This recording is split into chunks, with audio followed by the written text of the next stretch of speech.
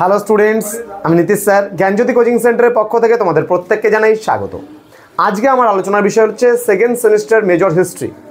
তো আজকে আমি তোমাদের যে বিষয়টা পড়াবো সেটা হচ্ছে রিকনস্ট্রাকশন অফ এনশিয়েন্ট ইন্ডিয়ান হিস্ট্রির আজকে মেবি 4 নম্বর ক্লাস। তোমাদের এই চতুর্থ ক্লাসে আমরা একটা নতুন টপিক নিয়ে আলোচনা করব। বিস্তারিত ক্লাসটি আলোচনা করার পূর্বে তোমাদেরকে ছোট্ট একটা ইনফরমেশন দেবো, সেটা হচ্ছে আমাদের জ্ঞানজ্যোতি কোচিং সেন্টারে তোমরা যদি অনলাইনে অ্যাডমিশন নিতে চাও বা ক্লাস করতে চাও তাহলে অবশ্যই যোগাযোগ করতে পারো আমাদের 6295916282 এবং 7076398606 নম্বরে। তোমাদের টোটাল কোর্স ফি রয়েছে মাত্র 999 রুপিস এবং ডিউরেশন রয়েছে 6 মান্থস। এই প্যাকেজের মধ্যে তোমরা পেয়ে যাচ্ছ মেজর, মাইনর, এমডিসি, ভিএসি, এইসি এবং এসইসি, টোটাল 6টা সাবজেক্টের পুরো প্যাকেজিং তোমরা পেয়ে যাচ্ছ মাত্র 999 রুপিসে। আমরা মেজরের জন্য নিচ্ছি 499 রুপিস এবং মাইনরের জন্য নিচ্ছি আমরা, মাইনর বলতে গেলে 5টা যে সাবজেক্ট এক্সট্রা তোমার রয়েছে তার জন্য আমরা 20 টাকা মাসিক বেতনের হিসাবে, যেমন এক মাসে 5টা সাবজেক্টের 20 টাকা করে মাসিক বেতন হলে 100 টাকা হচ্ছে, 5 মাসের কোর্স যার জন্য 500 টাকা এক্সট্রা হচ্ছে, টোটাল 999 রুপিস। তো স্টুডেন্টস, কেউ যদি মেজর পড়তে চাও, মাইনর পড়তে না চাও, সেক্ষেত্রেও তোমাকে 999 রুপিসই দিতে হবে। আবার যদি কোনো স্টুডেন্টস মাইনর প্যাকেজ নিতে চাও কিন্তু মেজর প্যাকেজ নেবে না, তাহলেও কিন্তু 999 রুপিসই তোমাকে দিতে হচ্ছে। কারণ আমাদের সেকেন্ড সেমিস্টার বা 4 ইয়ার আন্ডার গ্র্যাজুয়েট প্রোগ্রামে যে সমস্ত স্টুডেন্টরা রয়েছে, 4 ইয়ার আন্ডার গ্র্যাজুয়েট প্রোগ্রামে অধীনস্থ যে স্টুডেন্টরা রয়েছে তাদের পুরো কোর্স ফি আমাদের সেন্টারে কিন্তু 999 রুপিস। তো তুমি নিলে পুরো প্যাকেজটাই নেবে। তাতে কি হবে? তাতে আমাদের প্রত্যেকটা টিচারের যে প্রত্যেকটা টিচার যে এক্সপার্ট টিচার যারা আছে তারা কিন্তু তোমাদের স্পেশালি মেজরটার জন্য আলাদা ট্রিট করছে, ক্লাস নিচ্ছে, রেগুলারলি ক্লাস হচ্ছে, রেকর্ডেড ক্লাস তোমরা পাচ্ছ, লাইভ ক্লাস তোমরা পাচ্ছ, সম্পূর্ণ বিষয়ের কিন্তু ওপরে তোমরা হেল্প পাচ্ছ আমাদের কাছ থেকে, ডাউট ক্লিয়ারিং সেশনও তোমরা পাচ্ছ। তো স্টুডেন্টস, দেরি না করে আজই যোগাযোগ করো আমাদের জ্ঞানজ্যোতি কোচিং সেন্টারে। ইতিমধ্যে আমাদের কাছে 170+ স্টুডেন্টস কিন্তু পড়াশোনা করছে শুধুমাত্র সেকেন্ড সেমিস্টারে, এবং অনবরত কিন্তু প্রতিদিন আমাদের এই সংখ্যাটা লাফিয়ে লাফিয়ে বাড়ছে। আজকে মাত্র আমাদের হিস্ট্রির চলছে 4 নম্বর ক্লাস, সোশ্যোলজির 4 নম্বর ক্লাস, পলিটিক্যাল সায়েন্সের হয়তো 8 কি 9 10 নম্বর ক্লাস চলছে, এডুকেশনের 15-16 নম্বর ক্লাস চলছে, ইংলিশের 14-15 নম্বর ক্লাস চলছে। এইভাবে প্রতিটা সাবজেক্টের কিন্তু ক্লাস আমাদের কন্টিনিউ চলছে। আজকে 12 তারিখ জানুয়ারি, আমাদের জানুয়ারি থেকে কোর্সটা আরম্ভ হয়েছে, তোমরা জাস্ট প্রাইমারি দেখো। বাংলার চলছে আজকে 3য় ক্লাস, আজকে দেওয়া হবে 3য় ক্লাস। কন্টিনিউ কিন্তু প্রতিটা সাবজেক্টের ক্লাসগুলো হচ্ছে, শুধুমাত্র জ্ঞানজ্যোতি কোচিং সেন্টারে এটা পসিবল। তো স্টুডেন্টস, দেরি না করে আজই যোগাযোগ করো আমাদের সেন্টারে। চলো, আজকে যে টপিকটা আমরা তোমাদের পড়াবো সেই টপিকটা হচ্ছে what was the limitations of Literary sources of ancient Indian history. কি বলছে এখানটা দেখো ভালো করে, what was the limitations of, limitations মানে সীমাবদ্ধতা বা ত্রুটি আমরা বোঝাই, তাহলে লিমিটেশনস মানে কি বোঝায়? সীমাবদ্ধতা বা ত্রুটি। তাহলে what was the limitations of Literary sources of ancient Indian history, প্রাচীন ভারতের ইতিহাস রচনার উপাদান হিসাবে সাহিত্যিক উপাদানের সীমাবদ্ধতাগুলি আলোচনা করো বা সাহিত্যিক উপাদানের ত্রুটিগুলো কি সেটা সম্পর্কে আলোচনা করো। এটা যদি তোমাদের আসে 3 মার্কসের জন্য কিন্তু আসবে। রিকনস্ট্রাকশন অফ এনশিয়েন্ট ইন্ডিয়ান হিস্ট্রির উপরে আমি আরও কয়েকটা তোমাদের ক্লাস দেবো, কিন্তু কন্টিনিউ ক্লাসগুলো আমাদের আসতে থাকবে, যার জন্য আমাদের চ্যানেলটিকে সাবস্ক্রাইব করে পাশে থাকা বেল আইকন অল প্রেস করে দিতে হবে। চলো শুরু করছি। প্রথম পয়েন্ট, সময়ানুক্রমিক অভাব। ক্লিয়ার? যে প্রথম যে পয়েন্টটা রয়েছে সেটা হচ্ছে সময়ানুক্রমিক অভাব। এবার কি এই সময়ানুক্রমিক অভাব? দেখো, আমরা যদি সাহিত্যিক উপাদানগুলি যদি রচনা করতে চাই, তাহলে সাহিত্যিক উপাদানগুলি রচনা করার সময় আমরা দেখব যে সঠিক সময় কিন্তু ঠিক করা যায় না।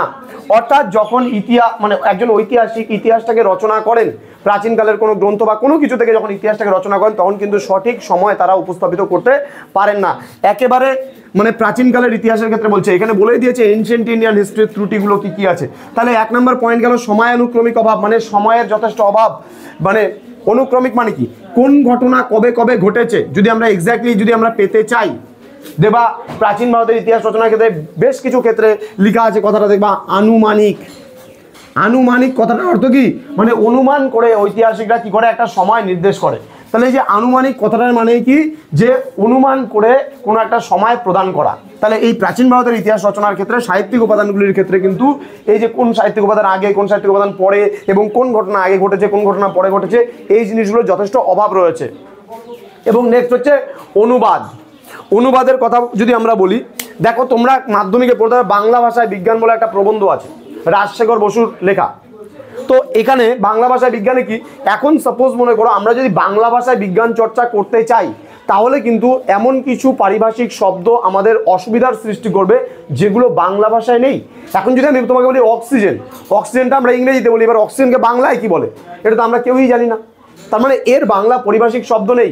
আমরা কার্বন ডাইঅক্সাইড CO2 বলছি, তাহলে এর বাংলায় শব্দ তো কোনো কিছু নেই। তাহলে এই যে বিষয়গুলো রয়েছে, তাহলে এগুলোর যখন আমরা ট্রান্সলেট করছি, তাহলে এখানে বলছে অনুবাদ, অর্থাৎ যখন ঐতিহাসিক কোনো একজন ঐতিহাসিক ইতিহাসটাকে রচনা করেন, ঐতিহাসিক যখন ইতিহাস রচনা করেন তখন কিন্তু এক ভাষা থেকে অন্য ভাষায় ট্রান্সলেটও করেন অনেক সময়। মনে করো আমি একটা ইংরেজি ভার্সনের বই থেকে বা কোনো একটা মনে করো কোনো একটা উর্দু হতে পারে, সংস্কৃত হতে পারে, যে কোনো ভাষা থেকে যখন আমি ট্রান্সলেট করছি তখন কিন্তু আমার সেই ভাষাটা সম্পর্কে যে আমি অভিজ্ঞ বা দক্ষ কিন্তু অবশ্যই সেই কথাটা নাও হতে পারে। যেমন আমি অ্যাজ এ বুক রাইটার, আমি নর্থ বেঙ্গল ইউনিভার্সিটি আন্ডারে 4টা বই এবং গৌড়বঙ্গ ইউনিভার্সিটি আন্ডারে 3টা বই লেখা আমার অলরেডি হয়ে গেছে, টোটাল 7টা বই আমার লেখা পাবলিশড হয়েছে। এবার আমাকেও কিন্তু অনেক সময় কি করতে হয়, ইংলিশ ভার্সনের কিছু বই থেকে আমাকে নিজের মতন করে সেগুলোকে ট্রান্সলেট করতে হয় বইটাকে লেখার সময়। তাহলে যখন আমরা এই কাজগুলো করি বা বিভিন্ন বই থেকে আমরা কালেক্ট করি তখন কিন্তু কি হয়, অনেক সময় অনুবাদের ক্ষেত্রেও প্রাচীন ভারতের ইতিহাস রচনার ক্ষেত্রে সমস্যা থেকে যায়। কারণ প্রাচীন ভারতের সমস্ত যে গ্রন্থগুলো, বেশিরভাগ গ্রন্থগুলো রয়েছে সেগুলো হয় সংস্কৃত ভাষায় লেখা হয়েছে, বেশিরভাগটাই সংস্কৃত। এবার সংস্কৃত ভাষা থেকে যখন আমরা বাংলা ভাষায় ট্রান্সলেট করব তখন কিন্তু সেই ক্ষেত্রে অনুবাদের সময় কিছু সমস্যা দেখা দেয়। তাহলে এটা কিন্তু একটা সমস্যা রয়ে গেল প্রাচীন ভারতের ইতিহাস রচনার ক্ষেত্রে, সাহিত্যিক উপাদানের এটা একটা বিশাল বড় ত্রুটি আমরা বলতে পারি। নেক্সট আমরা বলবো কল্পনার মিশ্রণ। কল্পনার মিশ্রণ কি, সাপোজ মনে করো আজকে আমরা রামায়ণ, এবার রামায়ণ লিখছি, দেখবা রামায়ণ যখন লেখা হয় বা রামায়ণ যখন আমরা টিভিতে দেখি, সেই টিভিতে দেখার সময় আমি একটা জাস্ট তোমাদের ছোট্ট একটা কথা বলছি, এই জায়গাটা জাস্ট একটা আমার যা মনে হয়, তোমাদের কি মনে হয় জানি না, বাট আমার কি মনে হয় দেখো, সাপোজ মনে করো রামায়ণের ঘটনা তোমরা প্রত্যেকেই জানো, প্রত্যেকেই শুনেছো রামায়ণের ঘটনা। এবার রামায়ণে যখন রাবণ যখন সীতাকে হরণ করে, তোমরা আদিপুরুষও প্রত্যেকে দেখেছো, আদিপুরুষও প্রত্যেকে দেখেছো, তাই না? রামায়ণের উপর বেশ করে আদিপুরুষ করা হয়েছে, দেখেছো তোমরা। তো সেই আদিপুরুষে আমরা দেখেছি যখন রাবণ সীতাকে হরণ করার উদ্দেশ্যে আসে তখন কিন্তু তার না রাম সেতুর প্রয়োজন পড়ে না কিছুর প্রয়োজন পড়ে। তাহলে সে আসলো কোথা থেকে, কিভাবে আসলো, আমাদের মধ্যে একটা বিশাল বড় কোশ্চেন মার্ক। কিন্তু যখন রাম সীতাকে উদ্ধার করার জন্য যায় তখন বানর সেনা নিয়ে, এতজন বানর, রাম বলে এত শক্তিশালী, তার মানে রাম যখন এত শক্তিশালী হবে রাবণের থেকেও কি বেশি শক্তিশালী রাম হতে পারে মেবি। তাহলে রাম যখন সেই জায়গাটায় যাবে, ধ্যান দিবা কথাটা, আমি জাস্ট এটা একটা কল্পনার মিশ্রণের কথা বলছি, আমি কোনো ইতিহাসকে বিকৃত করতে চাইছি না, কোনো ধর্মীয় সম্প্রদায়কে আঘাত দিতে চাইছি না। ফার্স্ট অফ অল প্রত্যেককে আমি কিন্তু এটা বলে দিলাম যে কোনো ধর্মীয় সম্প্রদায়কে আমি আঘাত করতে চাইছি না, এবং আমার উদ্দেশ্যটা সেটা নয়, আমি উদ্দেশ্যটা কল্পনার কথা বলছি। জাস্ট ইমাজিন করো, জাস্ট ভাবনা চিন্তা তো আমরা যে কোনো কিছু করতে পারি। তাহলে রাবণ যখন সীতা মাইয়াকে হরণ করতে আসলো তখন কিন্তু না তার রাম সেতুর প্রয়োজন পড়লো, না কোনো কিছুর প্রয়োজন পড়লো, না ফ্লাইট ছিল, না কোনো কিছু ছিল। তাহলে আসলো কি করে রাবণ, ইন্ডিয়াতে আসলো কি করে রাবণ, সেই জঙ্গলের মধ্যে। আচ্ছা, তবে জানতো কি করে, সেই সময় তো GPS সিস্টেমও ছিল না, এত কিছুও ছিল না, তাহলে জানলো কি করে? আজকে ছিল বলো, তোমরা নিজেরাই চিন্তা করো, গ্লোবাল পজিশনিং সিস্টেম ছিল না? সীতাকে চিপ লাগানো ছিল মেমোরি কার্ডের মতন, যে ট্র্যাকিং করবে, ওর কোনো নাম্বার ছিল, কন্ট্যাক্ট নাম্বার, যে ট্র্যাকিং করে চলো সীতা ওই জায়গাটায় আছে, আমি ওই জায়গাটায় দেখবো বা কিছু। কোন বনবাসে চলে গেছে সীতা, সেখান থেকে রাবণ হরণ করে নিয়ে চলে গেল লঙ্কায়। তারপরে এবার রাম তো চাইলে পারে শক্তিশালী, তো ও তো চাইলে পারে চলে যেতে পারতো, তাহলে ওর জন্য কেন রাম সেতুর প্রয়োজন পড়লো? তাহলে আজকে রামের জন্য রাম সেতুর প্রয়োজন পড়লো, বানর সেনারা মিলে সেই অ্যাডামস ব্রিজ তৈরি করলো, ঠিক আছে, যেটাকে আমরা নোলা সেতুও বলি, অ্যাডামস ব্রিজও বলি বা রাম সেতুও বলি। এটা তোমরা অনেকেই জানো, অনেকে জানো না। তো যে রাম সেতুটা বানানো হয়েছিল সেটাকে অ্যাডামস ব্রিজ বলা হয় বা ওটাকে নোলা সেতুও বলা হয়, ঠিক আছে। তো এই সেতুটা নির্মাণ করেছিল, তারপরে গিয়ে সে মানে, এবার দেখো হনুমানের কথাও এখানে আসবে, হনুমানের প্রসঙ্গ এখানে কল্পনাও আসবে। কী করে দেখো, হনুমান একটা পাহাড় নিয়ে চলে আসতে পারে, একটা বড় পাহাড় তুলে নিয়ে চলে আসতে পারে হাতে করে, তাহলে সীতা মাইয়া যেখানে আছে পুরো লঙ্কাকে তো তুলে নিয়ে হিসাব মতো চলে আসতে পারতো। কিন্তু এই আদিপুরুষ মুভিতে আমরা একটা ঘটনা দেখি যে একটা কল্পনার মিশ্রণ, যখন হনুমান তাকে আনতে গিয়েছিল তখন কি বলেছিল যে না আমি কোনো পরপুরুষের সাথে যাব না, যখন রাম আমাকে নিতে আসবে তখনই আমি রামের সাথে যাব, এই কথাটা বলেছিল। তারপরে কি করলো, রাম যেতে পারতো না, সবার বানর সেনাদের সাহায্য নেওয়ার পরে রাম সেতু নির্মাণ করা হলো, তারপরে গিয়ে সেই শ্রীলঙ্কায় গিয়ে সেই সীতা মাইয়াকে উদ্ধার করে নিয়ে আসলো। এই নিয়েই তো রামায়ণ, তাই না? এটা আমাদের একটা মহাকাব্য। রামায়ণ মহাভারত মানে তোমার মহাভারতের কথাও তোমরা অনেকেই জানো, মহাভারতের গল্পও জানো।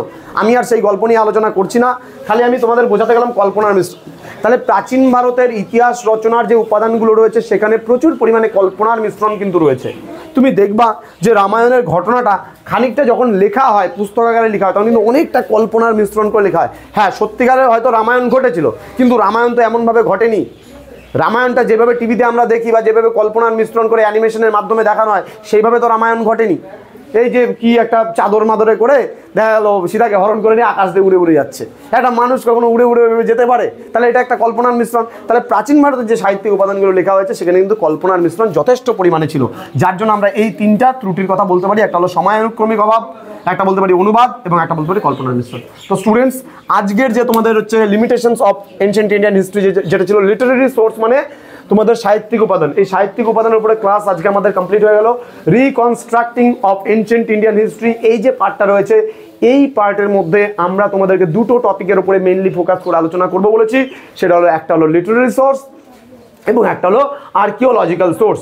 আজকে পর্যন্ত আমাদের লিটারেরি সোর্সেসের ক্লাস শেষ হয়ে গেল এবং পরের দিন থেকে অর্থাৎ 5 নম্বর ক্লাস থেকে আমরা আলোচনা করব তোমাদের আর্কিওলজিক্যাল সোর্স বা মানে প্রত্নতাত্ত্বিক উপাদান। সেই প্রত্নতাত্ত্বিক উপাদানগুলো আমরা কন্টিনিউ আলোচনা করব। তো স্টুডেন্টস, তোমরা প্রত্যেকে চ্যানেলটিকে সাবস্ক্রাইব করে পাশে থেকো আমাদের। দেখা হচ্ছে পরবর্তী ক্লাসে।